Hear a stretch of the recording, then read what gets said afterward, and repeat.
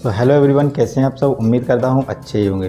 तो दोस्तों एईपीएस अब जो है वो बंद होने की कगार पर है, क्योंकि एक समय था जब पहले कई सारे ट्रांजैक्शन एक दिन में हो जाते थे और बहुत सारा पैसा भी एक दिन में आप कस्टमर को निकाल कर दे सकते थे। जैसे 50,000 तक भी इसकी लिमिट होती थी। लेकिन अभी के टाइम में आप मात्र एक ट्रांजैक्शन ही कर सकते हैं। किसी किसी बैंक का 2 भी कर सकते हैं, लेकिन जहाँ तक अधिकतर बैंकों में आप एक ही ट्रांजैक्शन एक दिन में कर सकते हैं। अभी फ़िलहाल में मध्यांचल ग्रामीण बैंक का एईपीएस जो है वो बिल्कुल बंद हो चुका है। अभी फ़िलहाल ये जानकारी क्लियर नहीं है कि ये परमानेंटली बंद है या कुछ समय के लिए बंद है, लेकिन फ़िलहाल में ये अभी बंद है। ना तो आप इसका बैलेंस इंक्वायरी कर सकते हैं, ना ही इसका कैश विड्रॉल कर सकते हैं।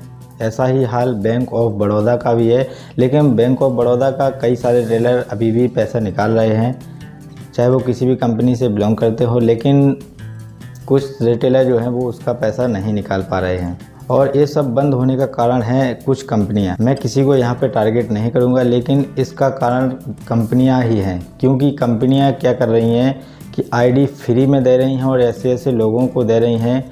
कंपनी को ये भी नहीं पता है कि ये बंदा पढ़ा लिखा है या नहीं है, किसी को भी फ्री में आईडी दे रहे। और इसमें सबसे ज़्यादा मदद कर रहे हैं हमारे डिस्ट्रीब्यूटर भाई, बिना सोचे समझे किसी को भी आईडी दे देते हैं।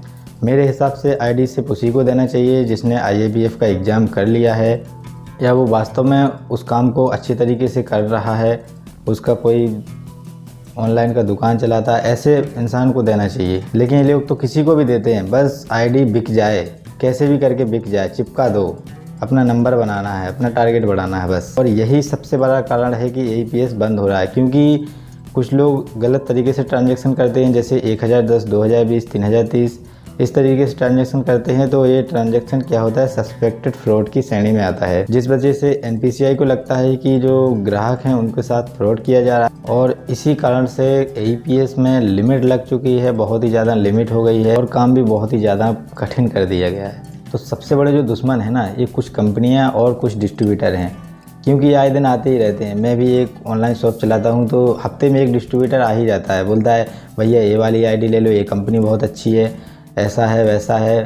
तो मैं बोलता हूँ भैया मैं क्या करूँगा आईडी लेके, काम तो किसी एक ही आईडी से करना है। तो सबसे बड़े दुश्मन जो एईपीएस के हैं वो यही लोग हैं। तो दोस्तों, अगर आप भी लंबे समय तक एईपीएस बिजनेस में रहना चाहते हैं तो कुछ इंस्ट्रक्शन को आपको फॉलो करना है। आप किसी भी कंपनी से बिलोंग करते हो, इससे कोई भी इफेक्ट नहीं पड़ता है।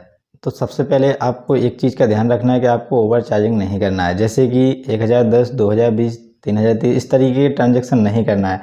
अगर आप किसी से पैसा लेना भी चाहते हैं तो कई सारे तरीके हैं, उस तरीके से आप कर सकते हैं, लेकिन इस तरीके से आपको ट्रांजैक्शन नहीं करना है। दूसरा, आपको आईआईबीएफ का एग्ज़ाम क्लियर कर लेना है, क्योंकि अभी कुछ दिनों बाद ऐसा नियम आने वाला है कि बिना आईआईबीएफ के आप एईपीएस सेंटर नहीं चला सकते हैं। तीसरा, आपको एक से अधिक एईपीएस आईडी यूज नहीं करना है। आप सिर्फ अपने नाम से एक ही एईपीएस आईडी चलाइए, किसी भी कंपनी का चलाइए, लेकिन एक आईडी चलाइए, जिससे आपको रजिस्टर मेंटेन करने में भी प्रॉब्लम नहीं होगी और आगे भी किसी तरह की कोई भी प्रॉब्लम नहीं होगी। आपको अपनी दुकान में एक सीसीटीवी कैमरा ज़रूर लगा के रखना है, जिससे सारी एक्टिविटी को रिकॉर्ड किया जा सके, क्योंकि कई बार लेन देन में गड़बड़ होती है, कोई भी दिक्कत आती है, कोई भी आप पर अगर झूठा भी इल्ज़ाम लगाता है तो आप उसमें दूध का दूध और पानी का पानी दिखा सकते हैं। और जब भी आप एईपीएस ट्रांजैक्शन करें, आप एक रिसिप्ट कस्टमर को ज़रूर दीजिएगा। अगर आपके पास थर्मल प्रिंटर है तो उससे भी आप रिसिप्ट दे सकते हैं। अगर थर्मल प्रिंटर नहीं है, आपके पास कोई भी नॉर्मल प्रिंटर है, तो उससे भी आप रिसिप्ट प्रिंट कर सकते हैं। इसके लिए मैं एक अलग से वीडियो बनाऊंगा, अपने जो भी नॉर्मल प्रिंटर है उससे किस तरीके से आपको रसीद को प्रिंट करना है, इसके लिए मैं आपके लिए अलग से वीडियो बना दूंगा। और अपनी जो बायोमेट्रिक डिवाइस है उसको क्लीन करके रखना है, जिससे फेल ट्रांजैक्शन की स्थिति ना बने। और अगर आप एक से अधिक एईपीएस आईडी चलाते हैं तो उनको बंद कर दीजिएगा। और अगर आप फ़िलहाल इसको बंद नहीं कर सकते हैं तो आपके पास जो बायोमेट्रिक डिवाइस है उसको सिर्फ एक ही एईपीएस आईडी के साथ एक्टिव करके रखिएगा।